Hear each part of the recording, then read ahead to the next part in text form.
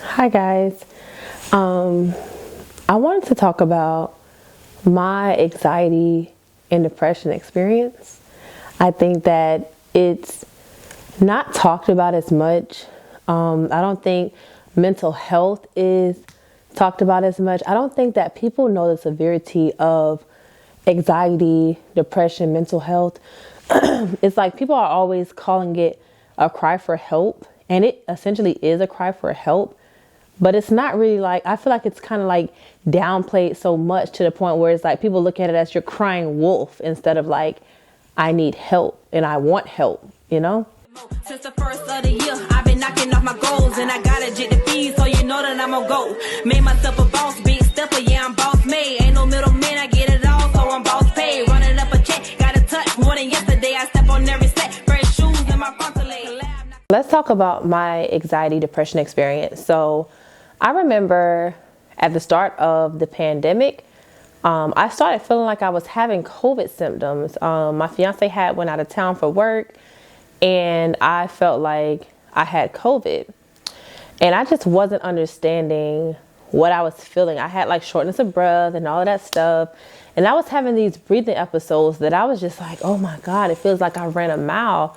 I was so tired. I did not want to be around anyone. It was kind of like, I don't know. I felt like I was having like a withdrawal. Like I didn't want to be near anybody. So I went and got tested and everything. I came back negative for everything. I wasn't sick at all. I didn't have any issues, but it started to affect everything around me. Like I was having these breathing fits, and they were lasting for days. They were not just one day, or a few minutes and I'm okay. They were lasting for days. And I remember going 14 days having breathing fits, like breathing all like this every day, like breathing like I had ran a mile. I was breathing like this every day.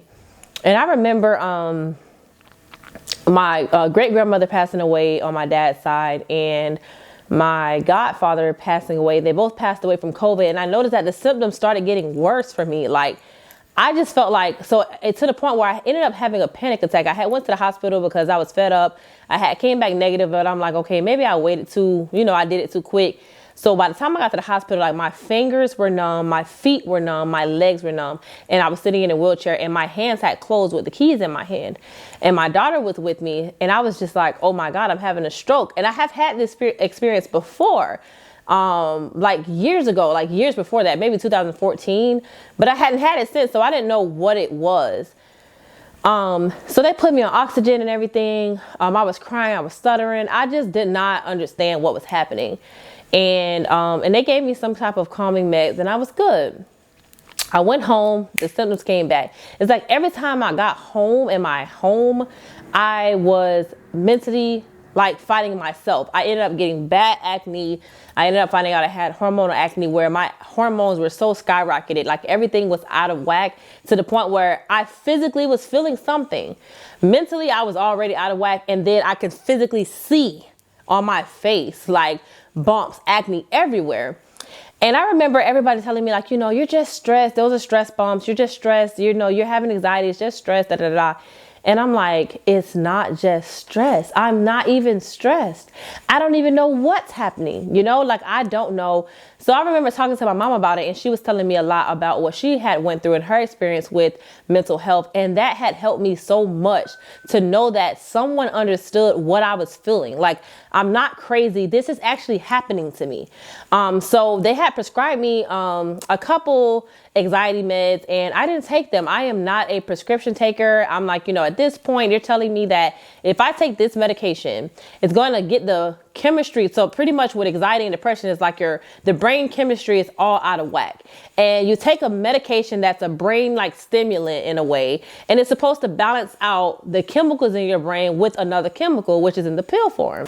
So pretty much the medication is a brain stimulant, and it's pretty much balancing out the chemicals that are already like the balancing out the chemicals in your brain that are already imbalanced.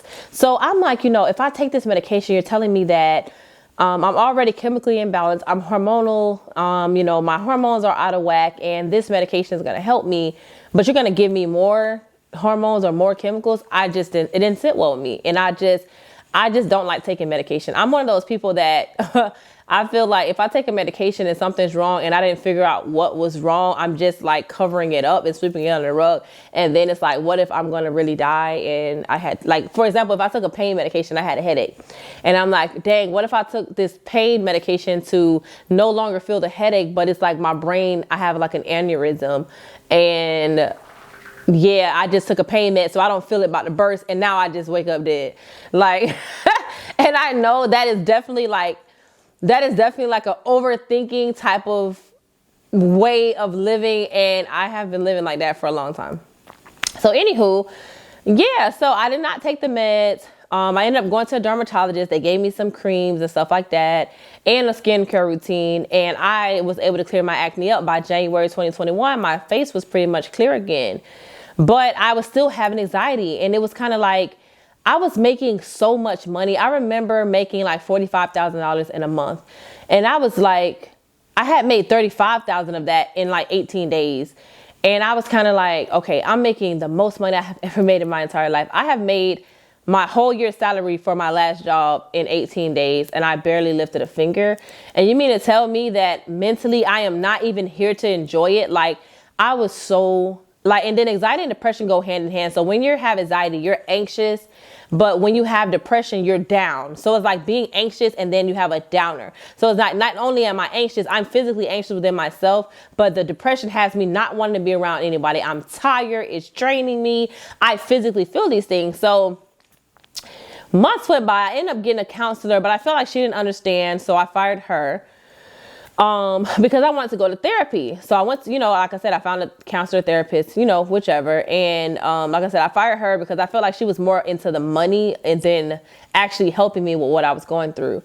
So it took a lot of just prayer and patience. When I tell you, I was seeking God like never before. Like, I sought God with my whole heart, my whole mind, my whole body, mind, spirit. Like, I sought God. And in that time, I learned so much about myself. It's like you have to find your triggers when it comes to anxiety. Like, things triggered me, but it's not just triggers. It's also yourself. Like, triggers are all around you. Yes. Triggers are all around you. They're happening. They are affecting you. People do things to you that affects your mental. That happens. Yes.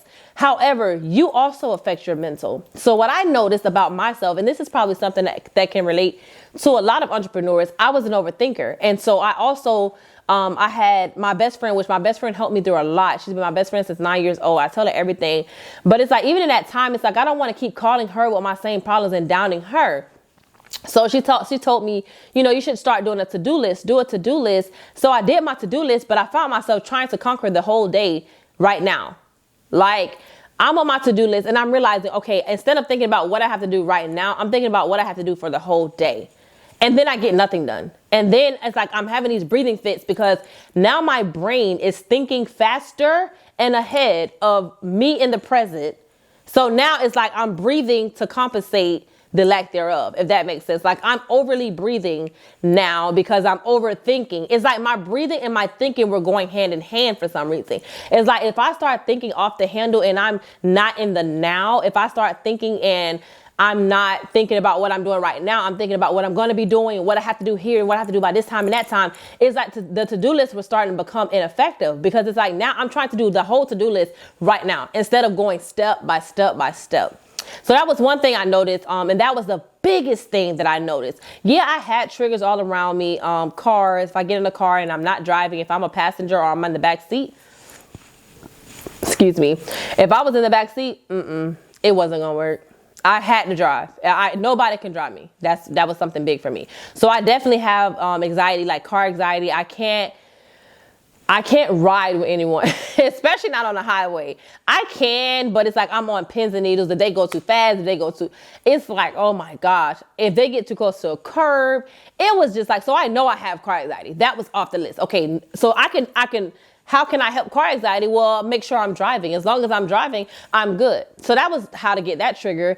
And then it was certain things that's kind of like, if my daughter is being extra disrespectful or extra bad and I couldn't get her under control, or if she's upset and I can't be the one to soothe her, that flared up my anxiety, because it's like, dang, I'm your mom. I can't even get you under control. I can't even soothe you. You want your dad, or or you want your grandma. You don't want me. That was affecting my mental a lot. And I feel like that's something that parents don't want to talk about. You know what I'm saying? Like it's not even like a jealous thing. It's more like it's affecting my mental, because I want to be the best mom that I can be. And if I can't soothe you when you're sad, or if I can't handle you or get you together when you're being irate, then what am I doing as a mom wrong?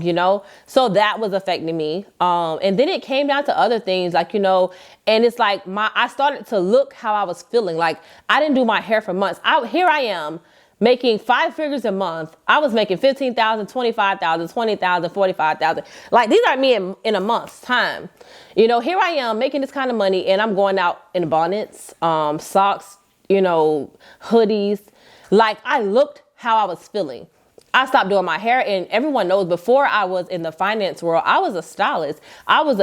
And I just knew I was going to be a stylist the rest of my life. So it was like, dang, I'm a stylist or a former stylist, and I look like this.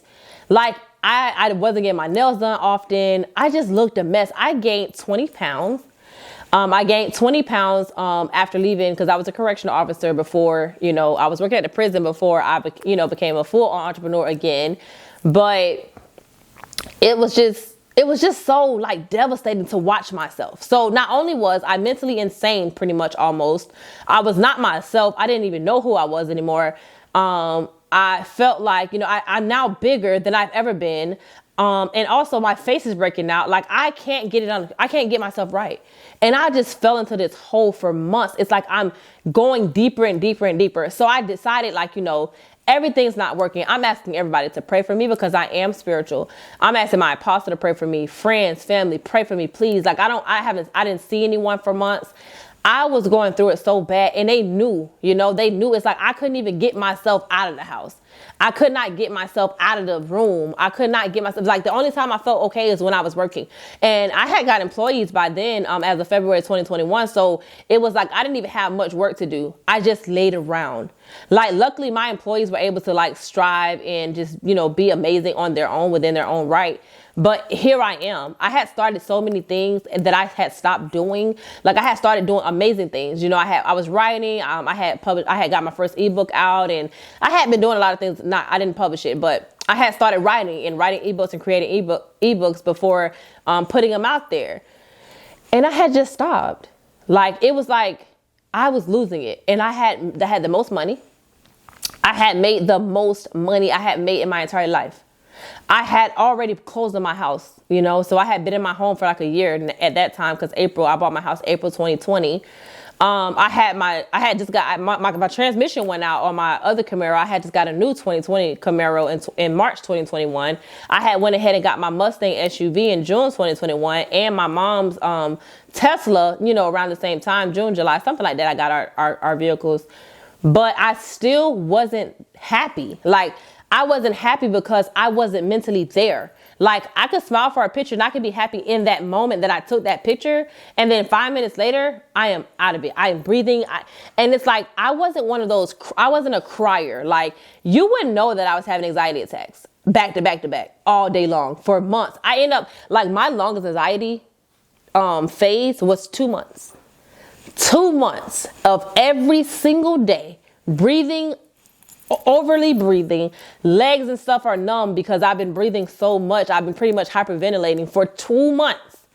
I'm literally like gaining weight, but I'm not even eating. So I was confused on how I was even gaining weight because I wasn't eating. It was 2 months and I was losing it. I wasn't going live anymore. And even when I look back during that time when I was going live, I was breathing a lot. Like, I don't know if you can, like, I'm not having anxiety right now. I'm just a little out of breath because I think I'm getting some type of a sinus infection or cold. My ear is kind of clogged up. But I was breathing like I am now pretty much, but more. Like every few words, I'm like I've been running. And it was so bad. Like nobody really noticed, you know, I wasn't taking pictures. I hadn't posted pictures in months. I hadn't posted a picture of myself in months. I post on my story here and there, my Snapchat here and there, but nothing about me. It was not a picture of me. And then I would make statuses every now and then, like day 15, day 10, day 5, day 21, day 30, anxiety warrior. Like, I was dying, y'all. I was dying, okay? Like, I remember, like, I never had that suicidal thoughts type thing. I never had that, you know, I want to harm myself. I never had those type of thoughts. However, I did wake up every day. Like, I'd rather wake up late and not early, because I'd rather be asleep majority of the days and not awake. I'd rather be asleep majority of the hours than I'd rather be awake, if that makes sense. It's like, I'd rather be asleep. I'd rather sleep if I could sleep for 20 hours and be up only 4 hours, I was good. Because as long as I was asleep, I didn't have to feel anxiety. It's not suicidal in a way, but I felt like at one point, I'm like, Lord, if this is life, I don't want to live like this. Like, this is not life. This is hell on earth. Like, I felt like, you know, I'm not getting up before 12 o'clock anymore. I was getting up 6, 7 in the morning, you know, running my business, growing my business, all that stuff. I had scaled my business and everything. And it was like, I don't want to get up anymore. I don't want to be up early. I want to sleep as long as I can, so that I be up less hours, so that I don't have to experience this. I had friends that I just kind of distanced myself from. I literally went into, I don't know what.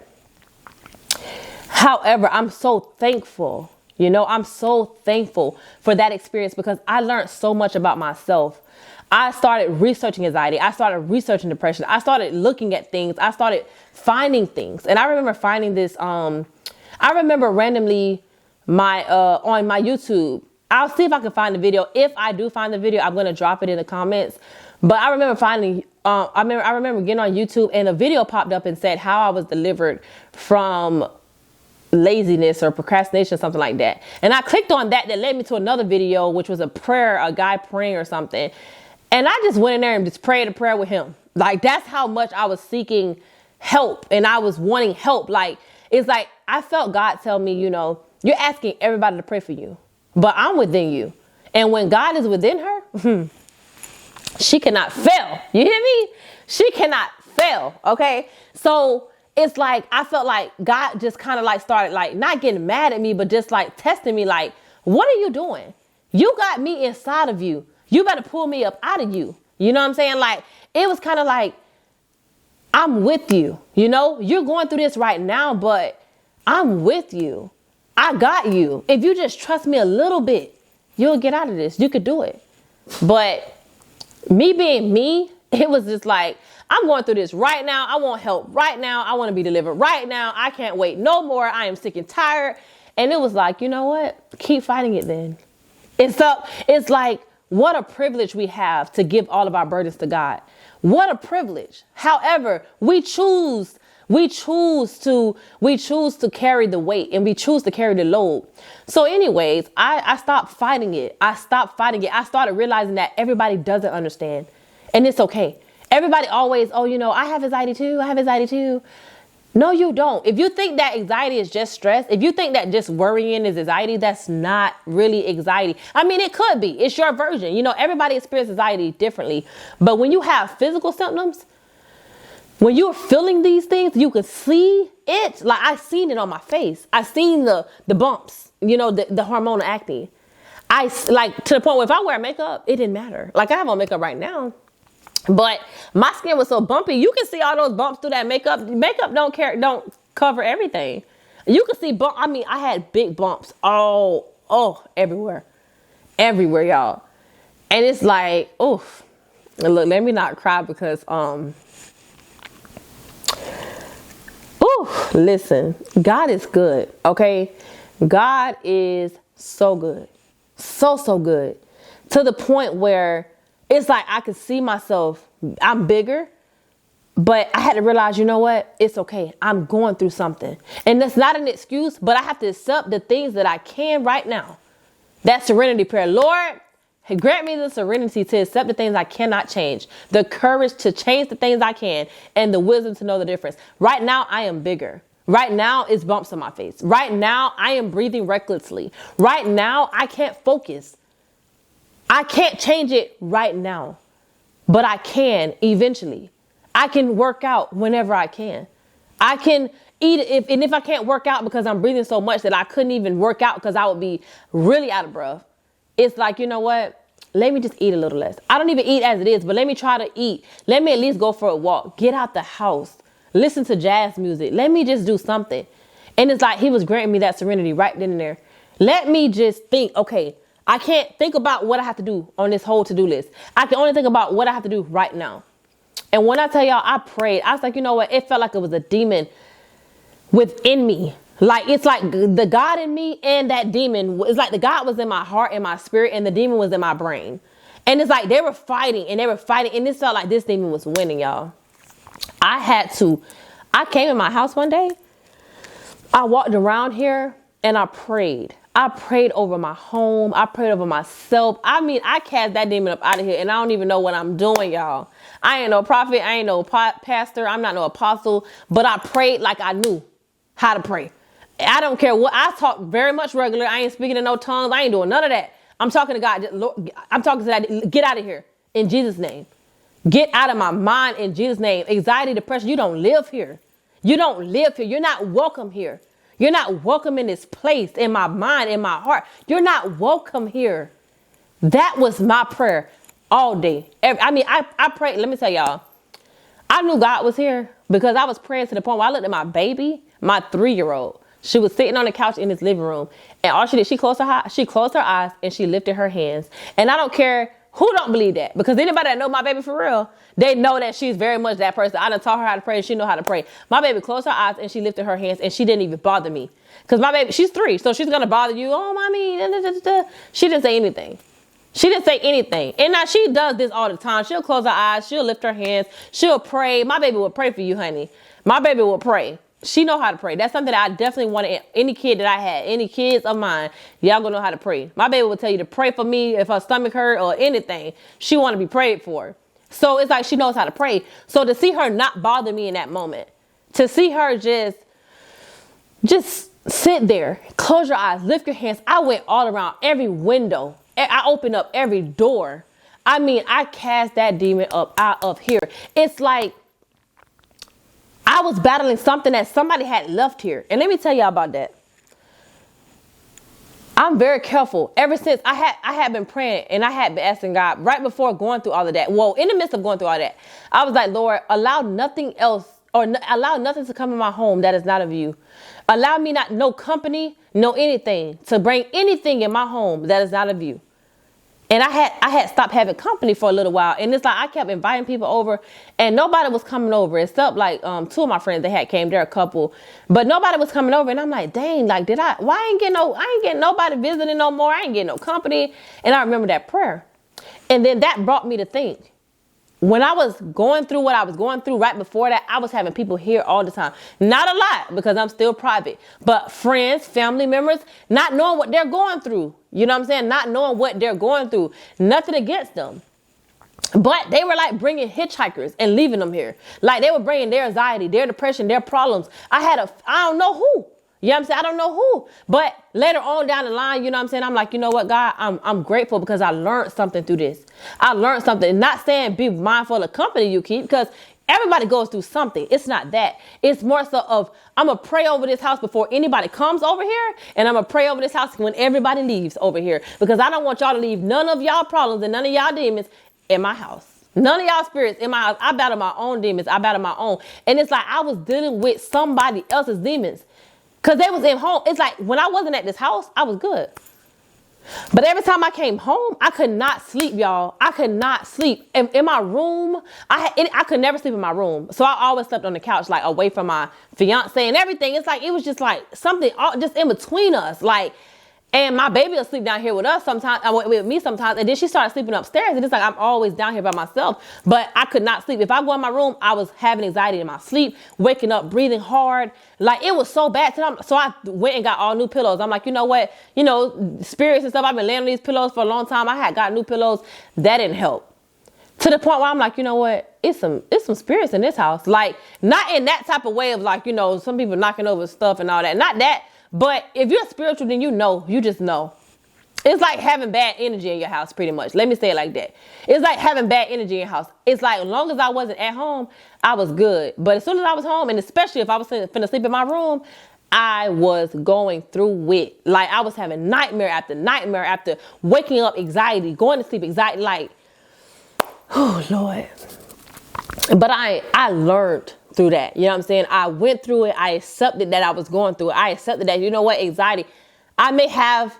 I stopped complaining. Stop claiming it.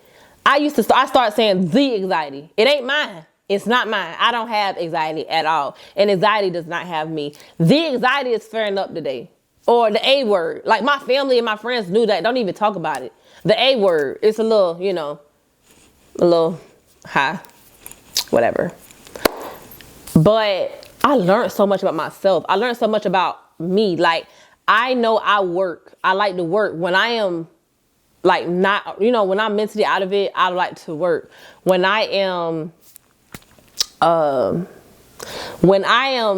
going through anything, I dive into work. That is my addiction. I don't drink. I don't smoke. I've never been drunk and I've never been high. I don't do any type of drugs, recreational or none, and I don't drink any type of alcohol. I don't even drink wine. I don't do anything because I want to it was just like a vow to myself, which I'll talk about that another time. But, so it's like I have to deal with my problems, I don't have an escape. So working was my escape. I used to be in school all the time. I was going, I was taking like 5 classes a semester when I was in college. I always used like school as my outlet. So when I graduated December 2019, I was so scared of graduating because I'm like, dang, what's going to replace school? I've been in school my whole life. Like, I have literally been in school my whole life. What am I going to do now? That was one of my biggest fears. And then I dived into work. And I was working in the prison at that time. So it's like I kind of dived into work and entrepreneurship. I was doing hair. I was selling my clothing line. I was doing so much stuff that I just dived into work. But it's like all that to say, like, how I got delivered was accepting that this is happening. I'm not fighting it no more. I'm letting it happen. And I'm trying to understand it. I'm trying to make one with it. Okay, cool, bro. Both of us can't be here. You effing with my mind, and God, he's here and he's fighting my battles. And it's like, but I'm also trying to help him. And it's like, instead of giving it all to God, it was like I was trying to help him fight the battle. And that was another big fear. But it's also, sometimes it'll be like, okay, I do need me to do something. But instead I'm moping around the house. I don't want to be around nobody. It was like, no, go do your hair. Go throw on some makeup. Go take a pretty picture. Go hang out with your friends. Do something else. And I started doing that. I started just getting up when I didn't feel like getting up. Getting dressed when I didn't feel like getting dressed. Doing my makeup, doing my hair when I didn't feel like doing it. And I eventually got better. Eventually things got better. And I can say I'm very proud of how far I've become.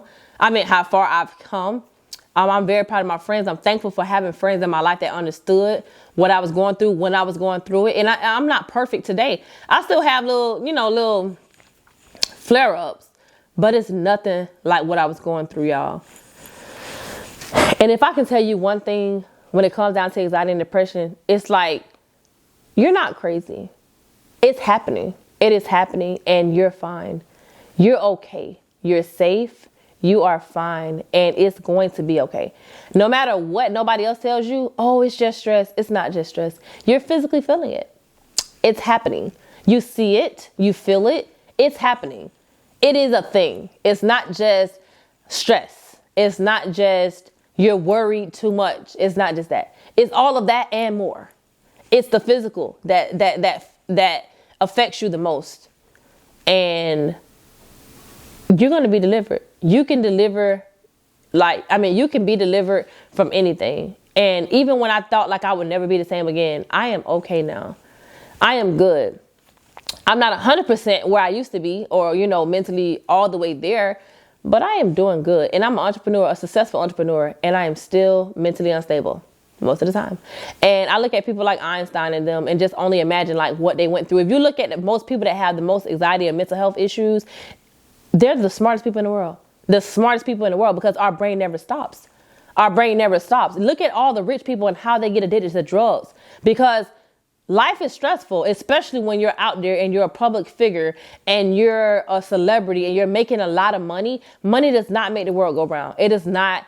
It's not the root of happiness. You know what I'm saying? You have to find who you are and stick to that. You got to find who you are and be that, because I'm telling you, if you don't, you'll lose yourself way faster than finding yourself again. You'll lose yourself like this and it'll take you a long time to come back. But I did it, y'all, without no meds, without no therapist. And I love, you know what I'm saying, therapy. I do recommend therapy. It all depends on what it is that you're looking for, what it is that you need. If you know that it's something triggering you, try to find those triggers. If you're noticing that it's some stuff within yourself, you're not perfect. Understand that you might be the problem. That's okay, because you can be fixed just like anything else around you. So I know this was a different topic. You know, it wasn't business related. However, I definitely wanted to come on and be just transparent with you guys. I cannot call myself the trusted and transparent wealth strategist that I am, or trusted and transparent credit specialist or credit beast that I am, and not be transparent with you guys all the way. I hope I was able to inspire you in some type of way to seek your mental health. Seek it, figure out what it is, embrace it, embrace it and grow and be delivered and healed mentally. So I wish you guys all the best. If you guys have any questions, drop them in the comments. I do love. I love to be, I am very much an expressive person, y'all. I would love, to write back, and hear you guys' journey of how you guys were able to deliver, be delivered from anxiety and depression, or even be healed, or how you guys overcame. I love those stories. But yes, if you guys like this video, comment, subscribe, like, share, and I'll definitely try to be a little more, different settings, different videos, just to kind of get more personable with you guys sometimes, because I'm not all business. I am very family oriented. I am very much a mental health advocate at this point, a positive vibe advocate at this point. And I just love to be transparent. And if I could transform my life, even if it's not just getting you to entrepreneurship, mentally getting you back, then I'm going to do just that. Have a good one, guys.